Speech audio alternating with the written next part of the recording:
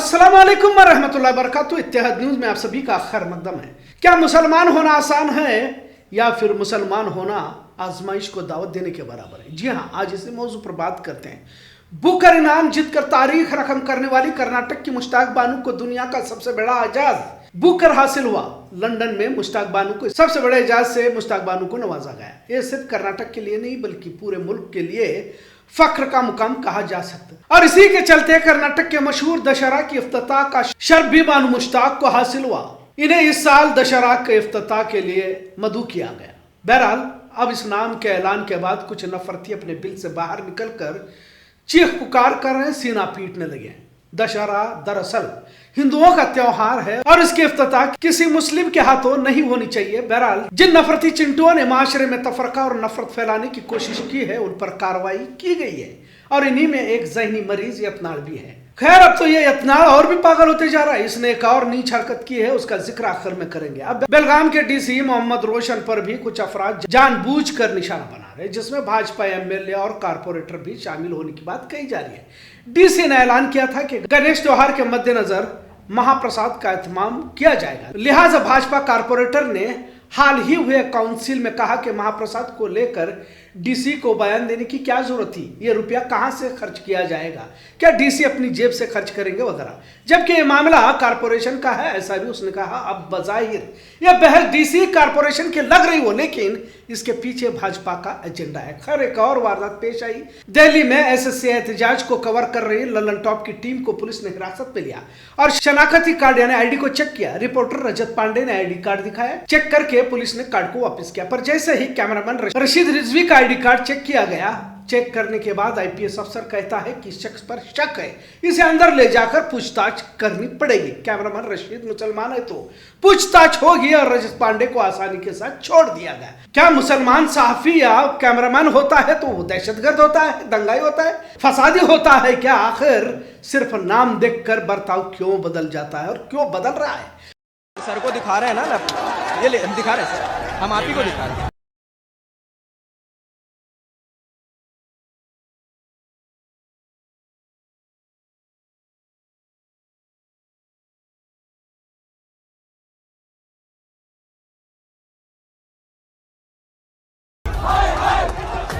Mobile number 8318 mobile number note कर लो इसका, मेरा आईडी कार्ड। सर डाउट है, किस बात का डाउट है सर? पूछताछ करना है, ठीक है? कोई नहीं दे रहा। हाल ही में बीजापुर का ये वीडियो आप भी देख सकते हैं। इसमें सिर्फ मुस्लिम नाम होने पर किस तरह घटिया बर्ताव ये यत्नाल कर रहा है। गेट आउट, यू रास्कल जैसे अल्फाज इस्तेमाल करता है। मोहम्मद का राम के यहाँ क्या काम, इस तरह के तौहीन आमोज जुमले भी वो इस्तेमाल करता है। खैर, यत्नाल तो जहनी मरीज है, इससे यही उम्मीद की जा सकती है। पर जो अतराफ में अपने आप को सहाफी समझने वाले कहलाने वाले खामोश तमाशाई क्यों बने रहे? ये तो अपने आप को चौथा स्तंभ, चौथा सुतून, इस जमहूरियत का कहने वाले और दावा कहने वाले ये खामोश क्यों रहे?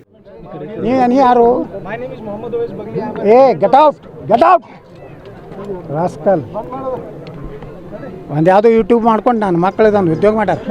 ಬರ್ರಿ ನಮ್ಮದೇನು ಸತ್ಯ ಸರಿ ಸರ್, ನಮ್ಮದೇನು ಕೆಲಸ ನಂಬಲ್ಲೇನು ರಾಮನ ಬಲ್ಲಿ। यूट्यूबर ने तो कारोबार बना रखा है, ऐसा भी ये घटिया इतना कहता है, लेकिन तमाम खामोश खड़े रहते हैं। अब तो किसी भी सहाफी या पत्रकार ने यत्नाल के खिलाफ कोई लफ्ज अब तक तो नहीं निकाला। इसी तरह से जैसे ललन टॉप के रशीद के खिलाफ पुलिस बर्ताव पर दिल्ली में भी खामोशी बरती जा रही है, यहां तक के ललन टॉप की टीम भी खामोश है, जिस टीम के लिए वो काम करता रहा।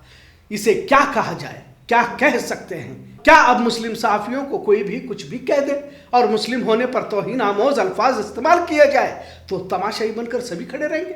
आखिर क्यों ललन टॉप के रशीद को शक होने की बात सिर्फ मुसलमान होने पर ही तो कही गई? आखिर अब नफरत का जहर भी सहाफत जैसे पेशे में दाखिल हो चुका है, ये अलग से बोलने की जरूरत नहीं है। बुकर अवार्ड हासिल कर मुल्क का रुतबा मर्तबा बढ़ाने वाली मुश्ताक बानू को लेकर हिंदू मुसलमान करने वाले दो अफरादों पर मुकदमे तो दायर किए गए, पर यहां भी पूरा समाज खामोश है।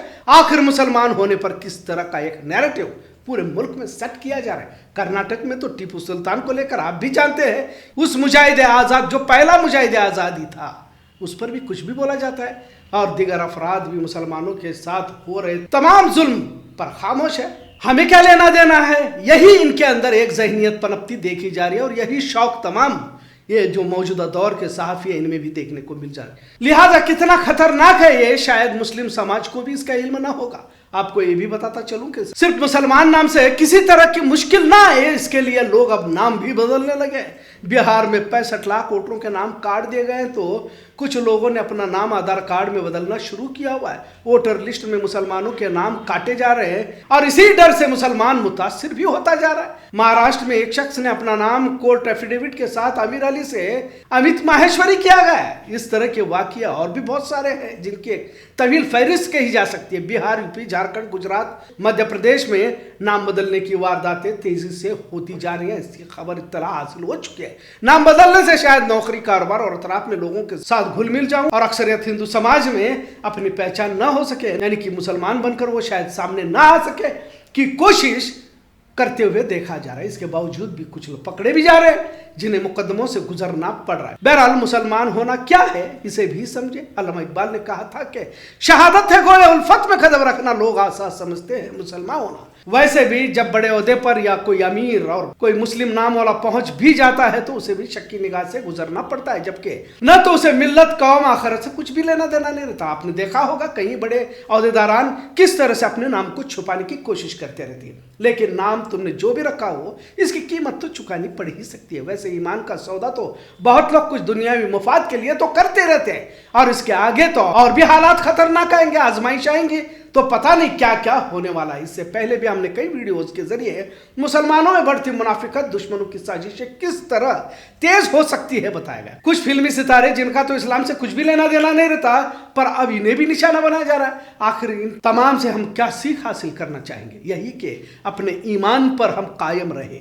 वक्ती दुनिया के खातिर मुर्तद हो जाएंगे लेकिन आखिरत की लामहदूद जिंदगी से महरूम हो जाएंगे, जिसकी बशारतें हमें अल्लाह और उसके रसूल ने दी है, कुरान ने दिए है। आज इस मौजू के पीछे का मकसद यही है कि आखिर किस दौर से हम गुजर रहे हैं और आप ईमानी एतबार से कितना मजबूत है, यह अलग बात है। लेकिन अगर आप ईमान का, जमीर का सौदा कर भी चुके हैं तो आप मुशरिक छोड़ने वाले नहीं है। मुल्क का संविधान, मुल्क का दस्तूर बहुत कुछ कहता है, लेकिन अब तो फिरका परस्तों का दौर चल रहा है। मुसलमानों के लिए तो तमाम कानून उसूल पेश किए जाएंगे लेकिन एक अक्सरियत गिरोह को आजाद छोड़ दिया जाएगा, जबकि यही वो लोग हैं जो संविधान का विरोध करते हैं, देश का विरोध करते हैं और देश के विरोध में कई सारे कामों को अंजाम भी देते रहते हैं। पर अंधे बैरों की नगरी में कौन तवज्जो देता है की तरह सभी खामोश तमाशाई बनते जा रहे हैं। पता नहीं मुल्क की दिशा और दशा क्या होगी, पर इतना जरूर है कि आपका सिर्फ मुसलमान होना ही आजमाइश के लिए काफी होगा, इतना जरूर। आज का मौजू कैसा लगा इस पर जरूर कमेंट करें। इत्तेहाद देखने के लिए शुक्रिया। अल्लाह हाफिज।